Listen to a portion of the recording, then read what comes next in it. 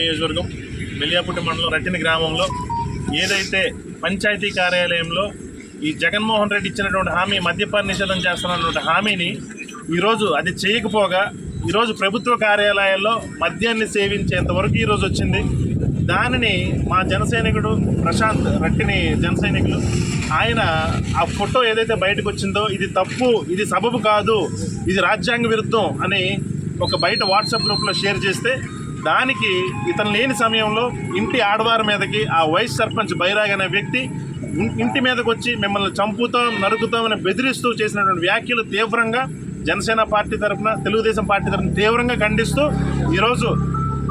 రాష్ట్ర కార్యదర్శి అయినటువంటి కల్మటి సాగర్ గారితో పాటు మేము మెలియాపుట్టి పోలీస్ స్టేషన్లో ఫిర్యాదు చేయడం జరిగింది. దీని పట్ల జనసేన పార్టీ అయినా తెలుగుదేశం పార్టీ అయినా పూర్తి స్థాయిలో ఈ నియోజకవర్గంలో నెలకొన్నటువంటి సమస్యల మీద కానీ వీళ్ళు చేస్తున్న రౌడీజం మీద కానీ కలిసికట్టుగా ముందుకు వెళ్తామని తెలియజేస్తూ హెచ్చరిస్తున్నాం మీ వైఎస్ఆర్సీపీ పార్టీ. అందరికీ నమస్కారం. ఈరోజు మనం మెలియాపుట్టి మండలంలో ఏదైతే నిన్న రట్టినిలో నూతన సంవత్సర వేడుకలు పంచాయతీ కార్యాలయంలో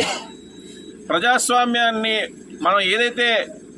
గ్రామానికి స్వరాజ్యం తెచ్చినటువంటి పరిస్థితుల్లో ఏవైతే గ్రామం సచివాలయాన్ని మనం భావిస్తామో ఈరోజు ఆ సచివాలయంలో మద్యపానం ఏర్లై పారుతుంది. దీన్ని ప్రశ్నించినటువంటి జనసేన కార్యకర్త అయినటువంటి ప్రశాంత్ పైన వాళ్ళ కుటుంబం పైన ఏదైతే ఈ వైసీపీ ప్రభుత్వం ఈ వైసీపీ నాయకులు చేస్తున్నటువంటి అగత్యాలకి తెలుగుదేశం పార్టీ జనసేన పార్టీ కలిసి వాళ్ళకి అండగా నిలబడుతూ